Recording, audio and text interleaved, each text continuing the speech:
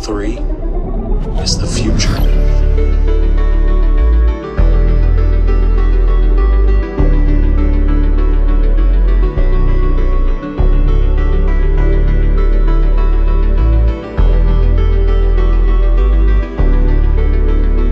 Welcome, crew, to What Are Your Three, a Channel 3 podcast where we take a member of the Channel 3 community, discuss 3 games of their choosing, go through some honorable mentions and some other odds and ends for a nice little video game discussion.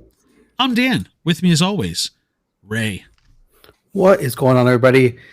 Tonight's guest, one of our more active members now on the site, and has a list of games that are very different, and I'm very excited to chat about them here. It is the one and only Baauer. Baauer, how are you doing tonight? I am surviving tonight. I had the weekend alone with the kids, and it was a lot. Yes, everyone here in this virtual room understands survival with multiple children. But we've made it to another Sunday night. And I'm excited to get into this list here. So let's jump in. Game number 1. You gave us themes. We had themes for all these games here. Number 1, The Addiction, Undermine. So I saw you streaming this the other night. Was watching it for a little bit here, and I just found it funny. You're a peasant.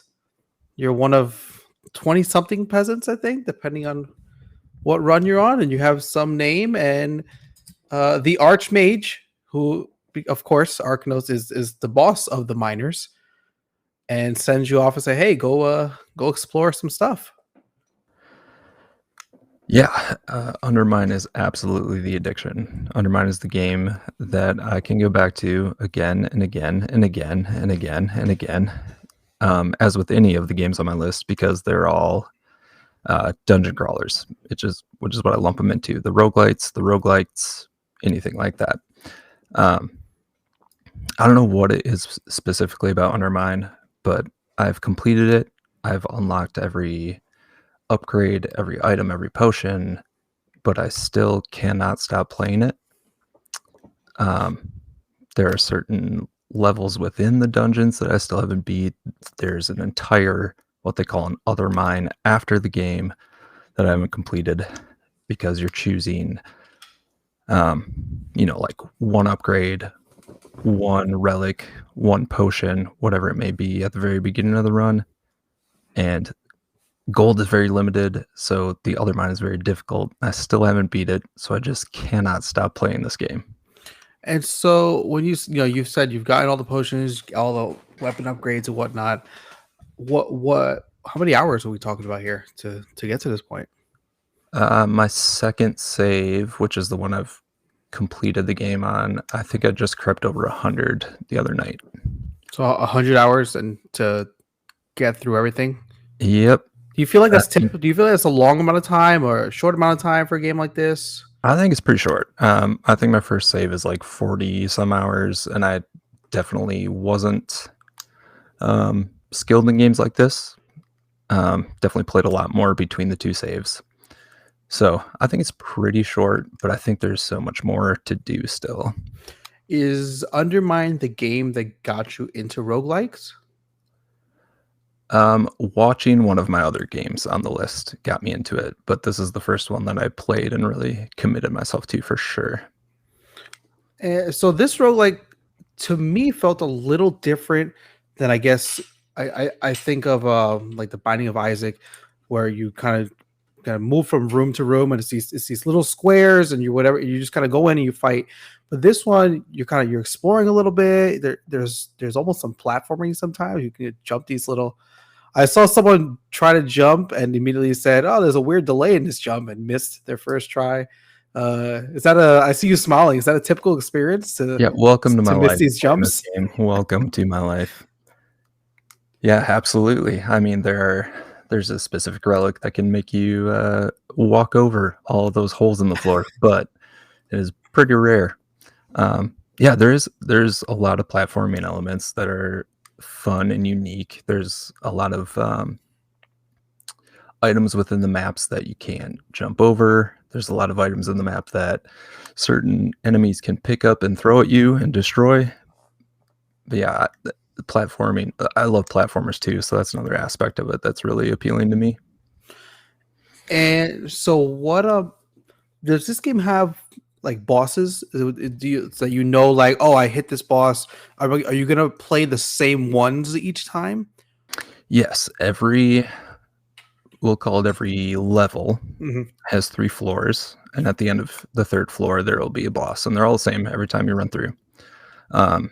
After you beat the boss on each level, you can go to a different room and skip it in your next run. You'll obviously miss out on some gold,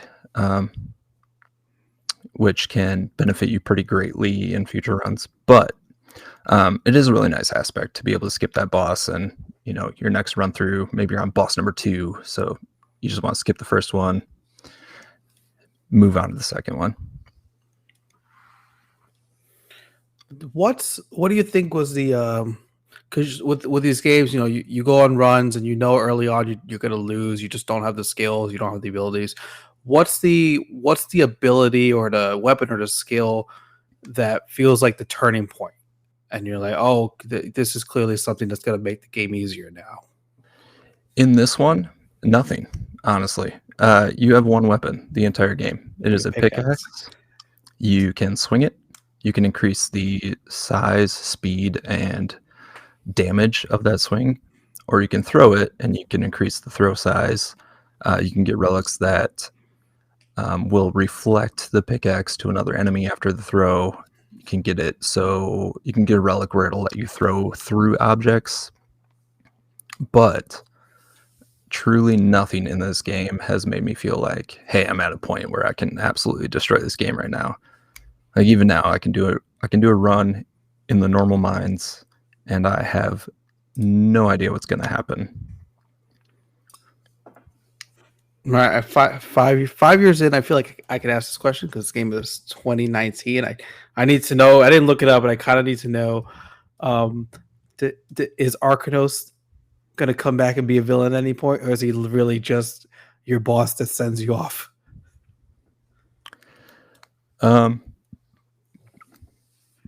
So if you beat all 5 bosses, I believe it's 5, a door opens up and you will fight the Archmage, which is the hardest fight I've had in this game by far. Because in that one, you go in with nothing, relics will drop, enemies will destroy the relics before you can pick them up. He will destroy the relics before you pick them up, and man, that's challenging. And have you beaten him? Is that so? Yes. So he's not even part of this extra dungeon that you're talking about. He's still before that. He's his own thing. Yeah, absolutely. All right, one last kind of silly question. See if you have an answer to it. Do you have a favorite peasant name? Ooh, I have had some favorites. I can't recall them, but yeah, every time you do the run, you are a new peasant. The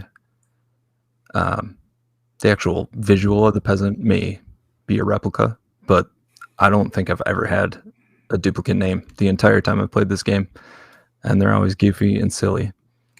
Oh, it changes that much? I didn't realize it changed that much. Yep, every single time. That's impressive. All right, now I am done. All right, on to your second game, Dreamscaper, the one you identified as the beautiful. It's a 5.0 rated game from yours truly here yourself. I should say from our guest truly, not yours truly. That would be me. But anyway, maybe I delete that or maybe I leave that stupidity. And either way, you identified this game when you gave us kind of your preamble here as the beautiful. Another roguelike. This one, dream, die, wake, repeat over and over and over again. But you said it's pretty fun. But tell us about this one. Yeah, I called this one beautiful, not only because I think it's visually stunning, but the story is super interesting, and you don't get a lot of story in a lot of roguelites and roguelikes outside of Hades. So yeah, normally you have to really be looking into details, and it's a stretch of story by reading 27 papers that tell a story, and they call it that. Yeah. Absolutely. But Dreamscaper is really cool. You're this woman named Cassidy. She kind of goes back to her childhood hometown. And during the day, you'll be going to talk to people in town and build relationships with them. You'll be going to different parts of the town to improve your skills or items that are available when you go into the dungeons. And then when you're ready, you go back to your room, you sleep, and that's when the dungeon happens. And throughout those dungeons, you are fighting different emotions at the end of each level. Fear, isolation, none of them happy-go-lucky emotions, to be clear. None at all. Not joy, not not even Schadenfreude, just miserable ones. Yeah, absolutely. And some of your conversations with the people in town really reflect that too, which just makes the lore of it really fun to me. Yeah, this is one you specifically called out. We should have paid more attention when you dropped your review because it was $7 at that point on Steam. But criminally underrated was a term you used here, and this for someone who we will be continuing to talk roguelikes through the course of this conversation. And we need to kick the Mad Harry Rackhams of the world and find out what's going on here, what's with him. Now, you mentioned specifically though, so there's we had a quest previously. We said season 10. What do we need to see more of? What games do you want to see enter the fray and enter the mix? And this was your, we had all sorts of answers coming in here, but this was your answer for speed runs, high difficulty runs, weapons, skill specific runs. Like, do you see this as something competitive, even with yourself? I mean, I guess roguelikes kind of lend themselves to that, but you brought that up. You brought this one up specifically, which kind of had me intrigued. I don't know about competitive. That might not be the word for it, but the more you go, like you can increase when you initiate the sleep sequence, you can increase the size of the dungeons, the number of enemies, the strength of the enemies, all sorts of things. So I think there's some cool aspects to it where there can be a little bit of competition people. I don't think I've ever completed a dungeon past a 1 rating, and 0 is the default. But nonetheless, I think it'd be cool to see someone jump in there and get good at it and complete it at the top difficulty. Do you ever feel like you're going to venture past that 1 star, or you got through the story and you're content? Oh, I'm grinding for mastery on all weapons, all lucid attacks, all shields, everything first, and then I'll start bumping the difficulty. Once you're armed and prepared, I'm sure they're going to make it not that simple for you though either. Oh no, not at all, not at all. That you're going to find out some of the other wrinkles that get dropped in through the course of this. Yeah, even on 0, there's some enemies that I'm like, I could go this entire run without seeing them, and I would be happy. So how do they embody? I mean, fear is one thing. Yeah, how do you embody isolation in a game and get that across? Ooh, isolation. I'm trying to think of what isolation is. So I know fear is a giant whale. Obviously. Oh man, I'm trying to think of what isolation is. Oh, don't worry. Don't think too hard about it. I was just kind of curious. Just like, it's one thing when you have your Grisses of the world and you have these, they reflect in colors. You have some circumstances. You got music a lot of the time, but this is one where you're, again, not one I've played, but one from just looking at the video. You see the creatures and the realm kind of embodies. I did not see one specifically called out that one. That one just had me intrigued because you called that one out specifically. Yeah, I've never actually thought about like what the bosses represent. Like fear as a big whale has always been weird to me. I mean, it's someone either had biblical or Pinocchio issues. It could go either way. Exactly. It's a very shark-mouthed whale, like has a ton of teeth, but it's still just a giant whale. Isolation is like this large octopus-like creature with a staff. Regret, I believe, has a clock element to it, if I'm remembering correctly, which that one makes sense. Look forward to Professor Joel Willis's class on the philosophy of Dreamscaper this coming semester at University of I just added it to my wish list right now. I already between you talking about it and just kind of looking at it really quickly, it's like, yeah, that's gonna go on my list. I have 1,000 things on my wish list. Class on this, I will be personally offended. You know what? I'm gonna say this right now. If this game doesn't end up part of your answer for tomorrow's quest, I'm gonna be personally offended. Not even gonna tell you what the quest is, but I'll tell you right now. If this doesn't make it, I don't know what's gonna be on your answer. Let me put it in my alerts right now.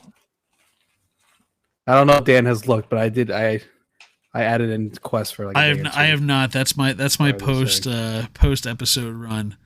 Mm-hmm. Here is making sure the rest of that's tight. Yeah. I was going Tomorrow's to set.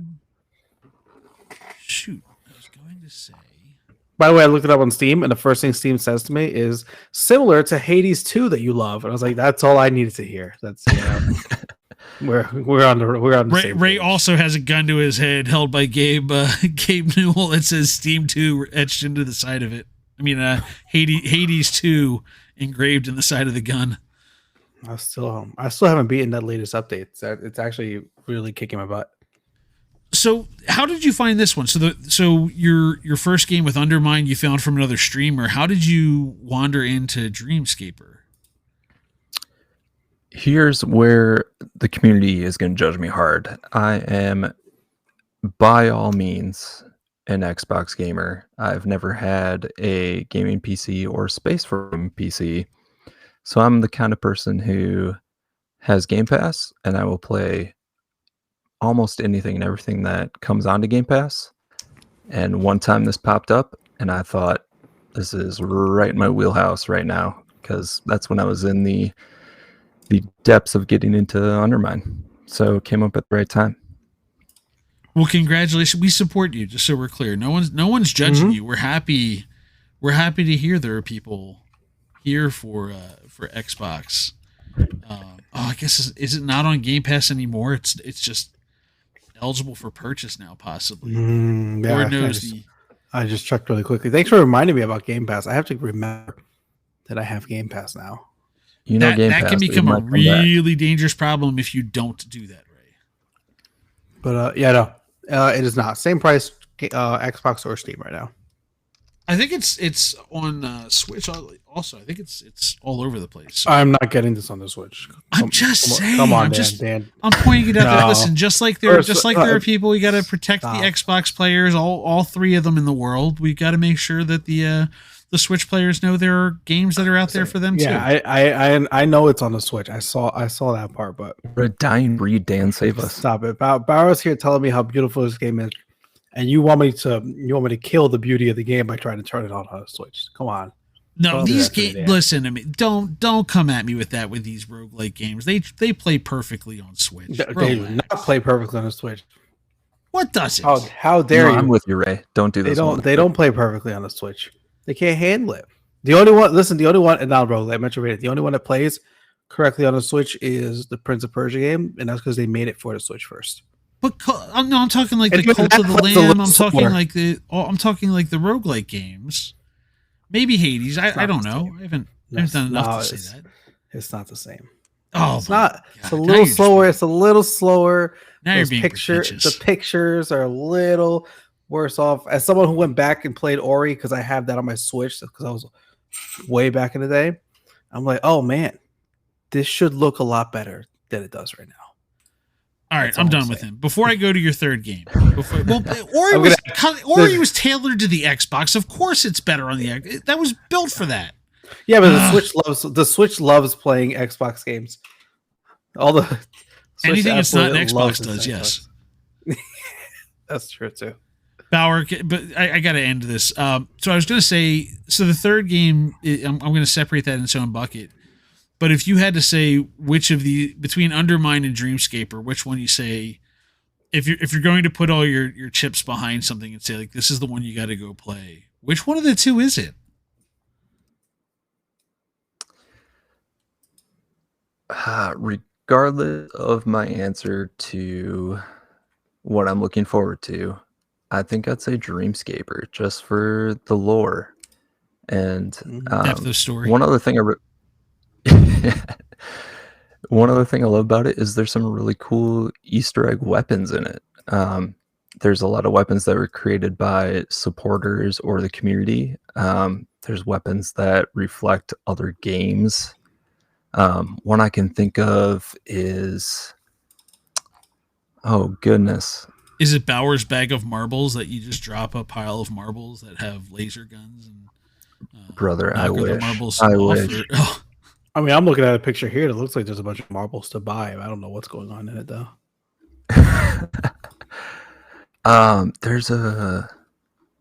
There's this really interesting game where all of your attacks fall within like a 3x3 grid. I can't think of what the game is called. It's something Eden.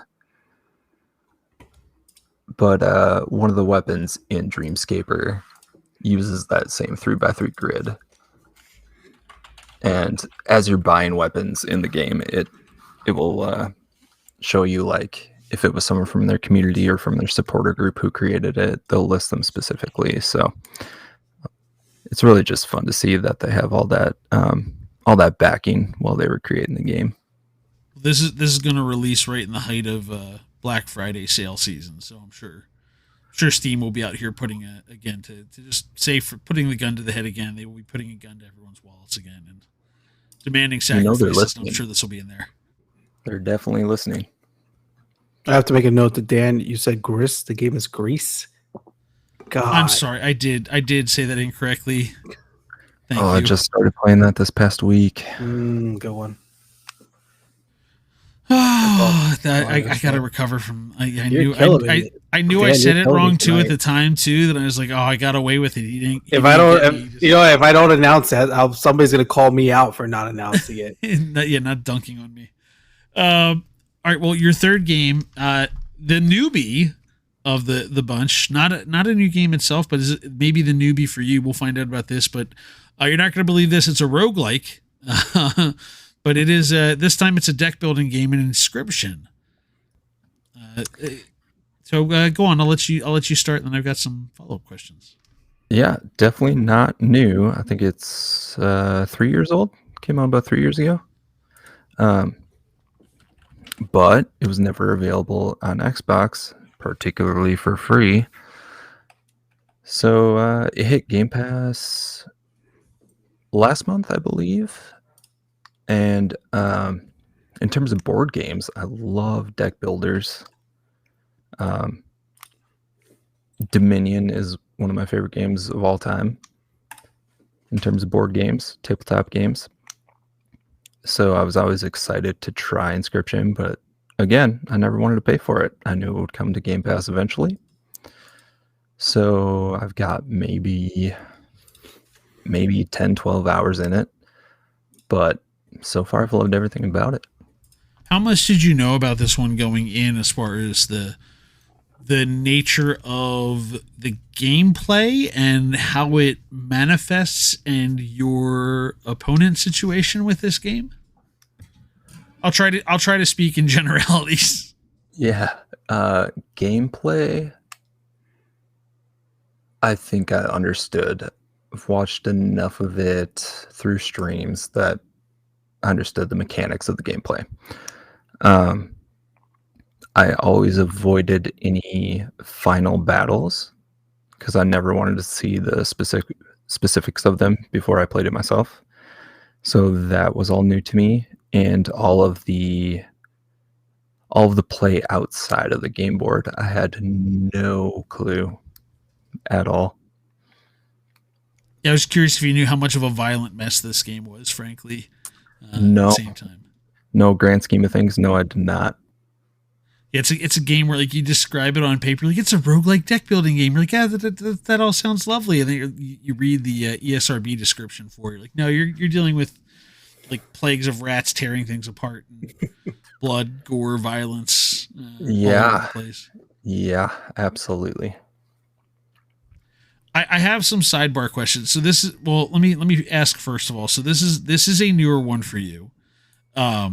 What's hooked you so far early on in the game? Early on, being 12 hours into a nigh limitless game. Absolutely, just the deck building aspect. I love going into every new run being like, I'm going to try something wild with the deck this time. I'm going to buy the weirdest card I've never seen before. I'm going to try a totem that I've never put together before. I'll do just about anything this early on. Then you find out you did it wrong, and then you have to wait 20 more rounds before you can get that before you get that one again and use it right. Yep, and I'm more than happy to at this point. So let me ask, I'm going to ask, frankly, we've got more roguelikes we'll be discussing here, but rounding out your three, I want to ask, has this just been a genre that's hooked you all the while? For the most part, yeah. I mean, obviously, since I started listening to What Are Your Three, I've been like, God, what would I ever talk about? Because I love puzzle games. I love single-player story games with deep lore. Like, could I put together a three with two of them being Hellblade 1 and Hellblade 2? Absolutely. But I don't know, there's just something about this genre that I will try anything in the genre just about once. It's the dopamine factor. That's all it is. It's when you hit and the run just goes smoothly and you're just crushing. It's that and the failure and being like, screw it. Let's jump back in. I can do it. Run it back. Run it back. One more 3 hours later. More. Yep. Fair warning. I'll be sending you this. Screw it. Let's jump back in. It's probably a GIF reaction by the time all is said and done here. This video may get extracted. We'll have to see. I've had worse, Dan. That'll probably be a good one there. So I a couple of other general questions I have to ask. Have you played Rogue? Out of curiosity, I feel like you have to go back and play it now. I don't think I have. Nobody's played Rogue, Dan. No, he has to do it now. No, he has to go back. Actually played Rogue. We're discussing six of these things. By the way, I'm sorry, 7 technically, plus and change. Same way nobody played Castlevania, but we all played Metroidvanias. You have to. No one played it. Ray. You have an absolute point. I've played Rogue Legacy and Rogue Legacy 2, but not Rogue. Closer. I'm telling you have to go back and you have to experience. I'm not saying you have to go play the entire game, but you have to go back and just experience, just get a taste.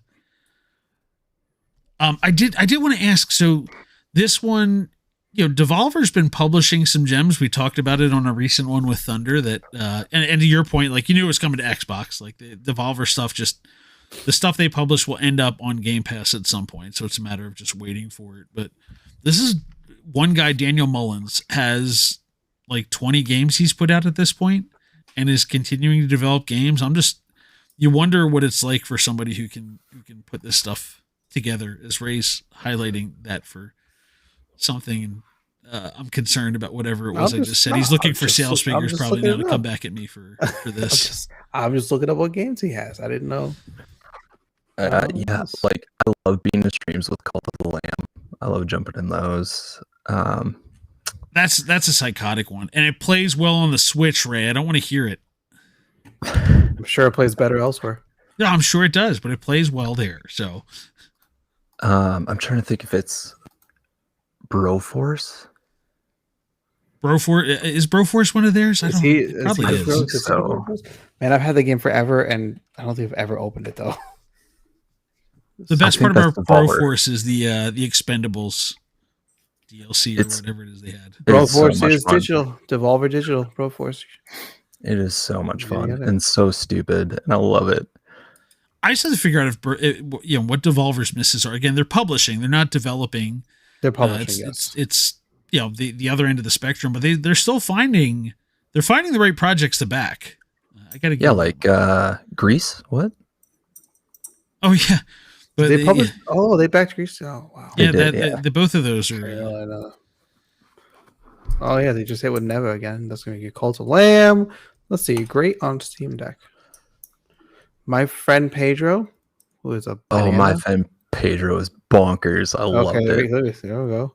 Weird West, I believe, was Devolver. Angerfoot. That's one that Thunder played. Yeah, that was a Devolver.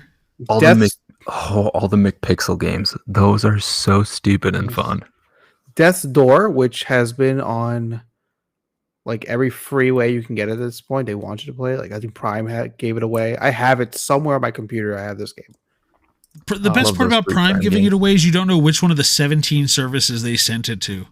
So I think they've settled down because I grab them. Prime, Epic. No, they haven't. Yeah, it's a lot of it's GOG or the Epic Game Store. They've been sending a lot of them to the Epic Game Store now. Keep sending them there. Stop sending me to GOG. That one's just annoying. I've got a whole I think I may have played Dishonored 2 through GOG. I mean, they probably give it away everywhere, but I think I got it through Amazon Prime Gaming at one point, and so I played it there. I'm pretty sure. They've piled up my library that way. I'll say that much. Gunbrella. I feel like I've heard of that one. Gunbrella. Wizard with a Gun is one from Devolver that I've always been intrigued to play. Oh, that'll be there it is. Wizard with a Gun. Wizard with a Gun. That's right. It's right there. You know, they all have this kind of similar colorful kind of style to them too. It feels like they have an idea of what they want to see. But they want something with a little panache. That's what I'll say. They don't, you don't see a commonality across them, but there's definitely, there's a baseline they're going to have. But truly, if you ever get a chance to play a McPixel game, please do. They're so dumb and fun. Oh, Plucky Squire. They did that one too. That's a newer one. Yeah, the screenshot that came up for McPixel on Steam. Yep, I'm in. Okay. That's gloriously dumb enough for me to. I gotta look it up now. It's the digital equivalent between Broforce and MacGruber. Yep, absolutely. There it is. Weird puzzle games, but so stupid and in the best way. We've gone down such a rabbit hole at this point. All right, the next set of games, the honorable mentions here. First one is Colt Canyon, which, if you guys hadn't guessed, is another roguelike. But this one's a little different because we're getting into the kind of the shooter, the million bullets flying everywhere kind of shooter games. So tell us what makes this kind of different or interesting to you as opposed to, I don't know, I guess the more typical rogue-like games. Now, this is almost like a side category of them. Yeah, truly, it's just being 2D pixel art. I don't know what it is about it. It's all like a two-tone color, very sepia. It's incredibly challenging for as simple as it looks. Yeah, I don't know. I'm not the biggest fan of the two-stick mechanism in any game, but there's just something about this one that I always go back to it when I just need something mindless to play. So that leads into kind of my big question for this one. When you're playing it, are you tense or you relax? Like this, can you just kind of turn off your brain and go with this, or do you have to really be focusing on dodging everything and moving around? I'm kind of non-committal on this game in terms of, I want to complete it. I want to rescue my kidnapped partner. Like I'm not super committed to ever finishing this game. So it's very much a turn off the brain, but still get the aspects of a game that I love. Your second honorable mention, Enter the Gungeon. I have to make sure I say that right before Ray corrects me on saying Gungeon correctly. What? How would you say that one wrong? I don't know. I didn't know I was going to say Ocarina or Ocarina wrong. What do you want from me? Someone's going to say like Gungeon or Gungeon. Dan can mess up any word. I can. I'm learning this. Roguelike with guns. Now, I'll let you open up because I have a very specific question I want to ask on this one. Oh boy. I got into this game simply watching it from one specific friend who streamed it. It was pretty much the only game he streamed. I once visited him and he hadn't streamed in months, but I turned on his stream and started playing this on his stream just to make him do it. And again, it's the whole multi-stick shooter that puts it in my honorable mention and not in one of my top 3. But it is one of the wildest dungeon crawlers that I think is on the market. And it is incredibly challenging. And God, I don't even know. It feeds me, but it totally depletes me whenever I play it. Have you won a run yet? Personally, no, I have not.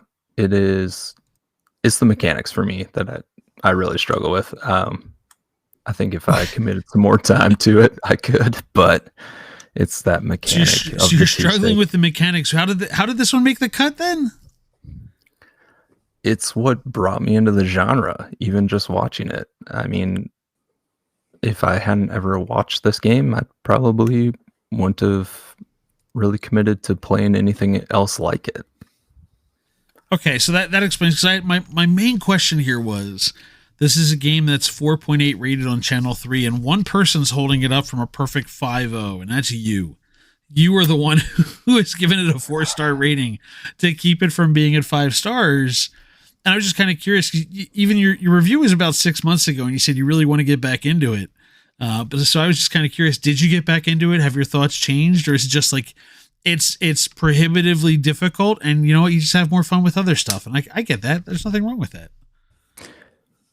Yeah. Well, if I do the math, if I'm the 1 rating bringing it down from a 5.0 Ray, there can't be that many ratings, right? There are not. There are only 5, but this is 5. It's a smaller game.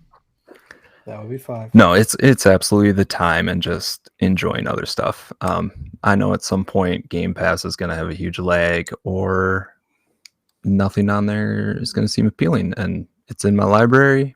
It's available to me. So I just need to find a point where nothing else sounds good, and I'll jump back into it. And I mean, there are a couple games with this mechanic, like Neon Abyss, that I really enjoy. So yeah, I think I'll get back into it. And I play enough Cold Canyon that I'm getting used to it too. I don't know. It's just, there's a little bit of the difficulty that makes it unappealing, but we'll get back to it for sure.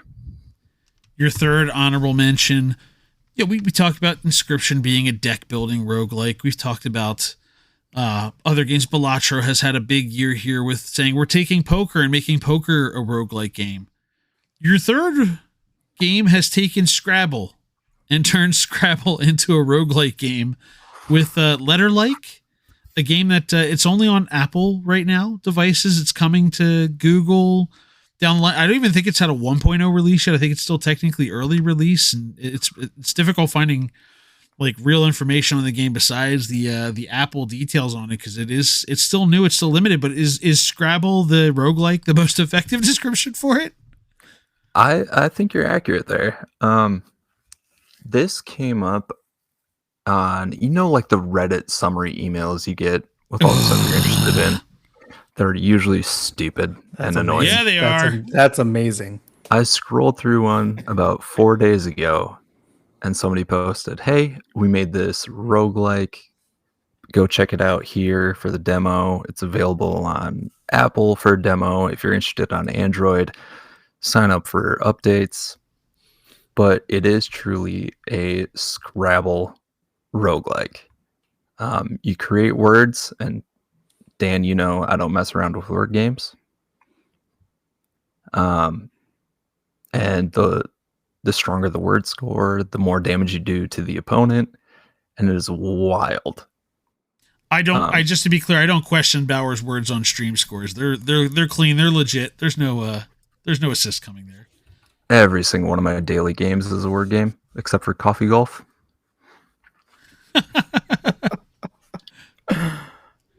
Yeah, so if you go to playletterlike.com, they actually have, if you don't have Apple, they have the demo and tutorial information on there, and it's coming for Google.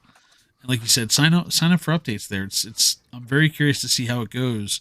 So I think it only came out a few weeks ago, right? Basically, it looks like they at the beginning of November, possibly. Like it's only been actually a week or so. I realized that. Yeah, about a week. It's been out in Apple, and again, it's only getting up to like the 0.9 release. It's not even at a 1.0 release yet, so it's still technically pre-release or early access for it. But what? Yeah. So is it just the word element? Like, okay, they took the roguelikes, they took the word games, and like, okay, did somebody just? Is this simulation theory for you that someone just? There's no way a perfect game like this exists for you if we're not living in a simulation? Is that where we're at now? Absolutely, because if my car and a charter bus can fit in the same lane on a freeway, we are definitely in a simulation. Oh, I struck a nerve. I didn't realize you were going this deep here. Okay. No, I'm not prepared for this. I love the idea of this game, and I think what you're able to do in the demo is pretty limited, but I'm pretty excited to see like what kind of items or abilities or multipliers that they come up with to add into it. Yeah, I see. There's a lot of again, much like baauer0, you're jacking up the letter scores basically as it's going to come. It looks like it's kind of the same structure. You're going to compound scores to clear levels, and scores that are required to continue on is what I'm seeing for it. Because again, it was not the easiest of games to find at first. Because like normally we try and find like, okay, is there a reputable source I can get information from? Nope. We are now the only source for a letter like to have information on the internet. So good luck. It might be. But yeah, there's like items to multiply certain letters in your word, first letter, second letter, etc. You can upgrade each of your word lengths. So you can upgrade your 5-letter words to have a multiplier, your 3-letter words.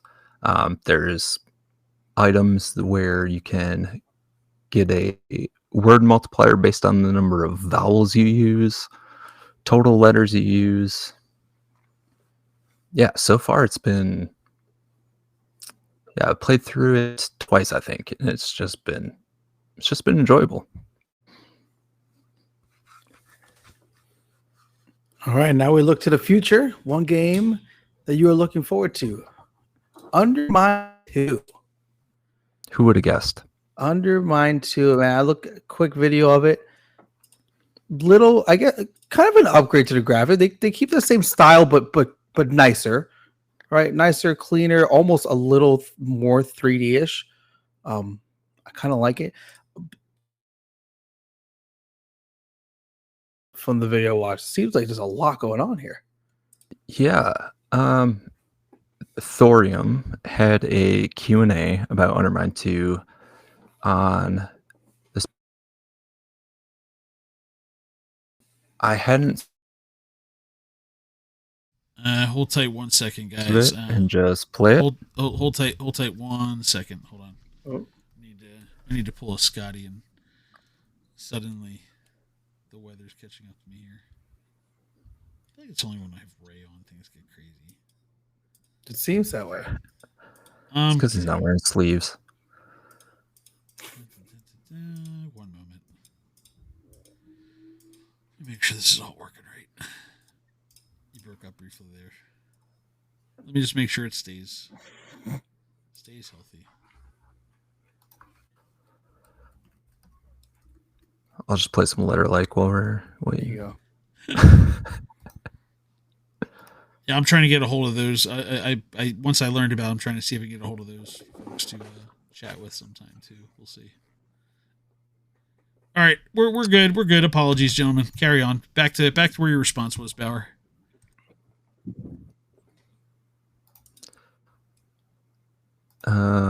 Yeah. Thorium had their to Q&A on Undermine 2. Sorry. Do it. I was say, so Undermine 2 game looking forward to. Just looks just a video watch, a little cleaner, little updated graphics, a lot more explosions and abilities, it seems. So I know you just did or watched or listened to a Q&A about this game, right? Yes. Thorium had their Q&A this past week with all the devs. I've been ignoring most of the information about it, hoping that I could just play it and not learn a whole lot about it, but kind of give up on that because I know it's probably not going to be a day one Xbox release. So the things I'm looking forward to the most in it are, one, couch co-op, also remote play co-op, which is super exciting to me. They're also really leaning heavy on mods for Undermine 2. So I think it'll be really fun for people to play through moderated dungeons with, moderated abilities and relics and everything like that. And the biggest thing that'll be available no matter which platform you're playing on is character selection. So one of the main NPCs in the first game is Black Rabbit, and she's just this sassy, snarky, essentially a shopkeep. But she'll also have rooms for you where you choose from one of 9 chests, and whatever you get, you get. But she's actually going to be a playable character in Undermine 2, and they showed off some of her abilities in the Q&A, and it looks pretty cool. Like, instead of a jump, she has a dash, and they've coded it so if you dash over a hole in the ground and you just barely miss it, she's going to push herself right over that hole. So they've been really good about making those little things work out for you. And even the jumps for a regular peasant. Like, if you just miss the hole, it's going to push you over. So they're not going to punish you like they do in the first game. All I'm saying is, I remember 5 minutes ago when we talked about having only a pickaxe and calling it a day. Our new miners here, they're gonna have options. Possibly too many, honestly, but we'll see. All right, now we go on to a question from the Channel 3 history books we picked for you to discuss. And, well, I'll date the podcast today, and I'll say we'll go with today's quest. And today we did a 2023 look back, a year later, asking people what was their game of the year now that we've had some distance between an epic all-time year and today. As you painfully stroke your forehead. I'm going to need an explanation. Remember what it was. I'm going to need an explanation on this one. Your answer was Assassin's Creed Mirage, and that's the reason why I'm asking this, because I'm very curious. You went for there was not a plethora of responses in favor of that one. Yeah, I believe I said Origins to me it felt like a letdown after Valhalla, and Odyssey I enjoyed more than Origins, but it still just felt really flat to me. So I don't know what it was about Mirage. I don't know if it was the amount of time between the games or just that I wanted to get back into an Assassin's Creed game. But for last year, I think that was probably the most enjoyable for me. To be fair, you also wrote, but Coffee Golf still exists. Coffee Golf. That's my daily. So, yeah.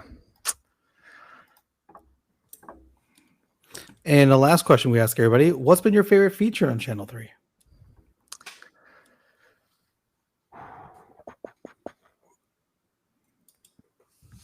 So I have been on Channel 3 for a long time, but not active until probably the past 9 months or a year. And I think just not really a feature, but getting to know people in this realm of gaming and not having all the outside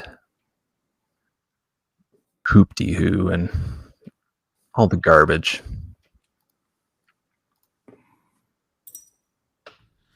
The bouncer at the door that prevents the nonsense of of everything else from coming in. That's a fair response. The Dan at the door checking IDs. And the mobile gaming seems to really working out for you. I really need to stop. I'm only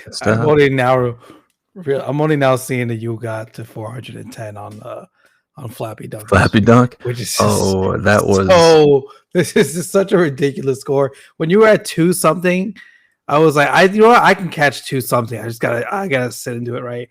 And then you jumped up again. Let's see, like you hit 201. And I was like, I can hit 201 for sure. And you put 255. I was like, maybe I could stretch and need 400. Nah, I can't.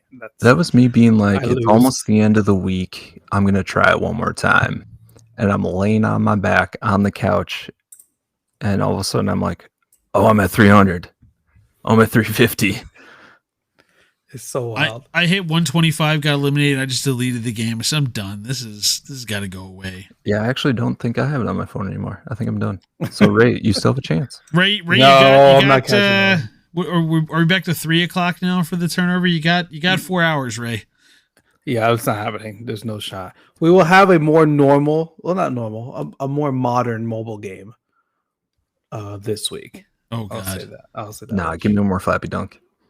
Listen, before this season started, because I already knew that I was going to make it every week a different mobile game. It was kind of the idea. I went and just downloaded like a entire phone screen worth of different kind of nonsense games, and I've just been picking and choosing, and then every week I delete whichever one I used.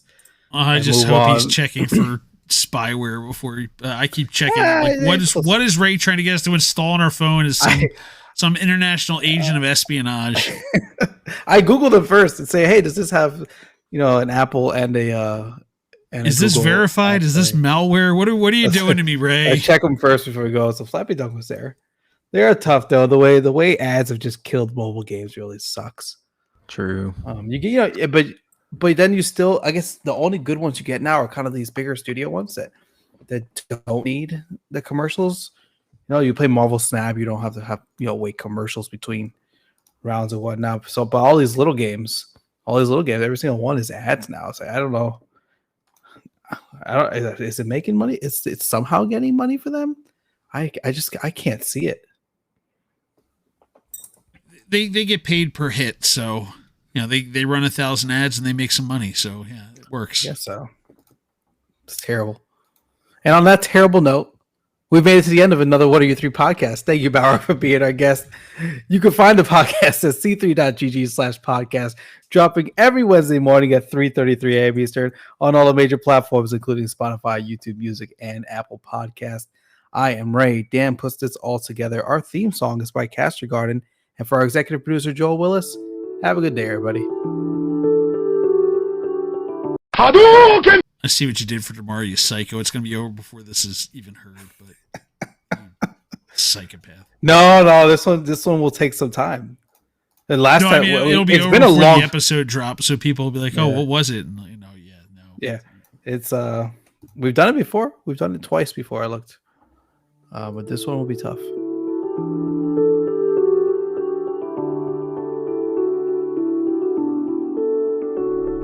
Channel 3 is the future.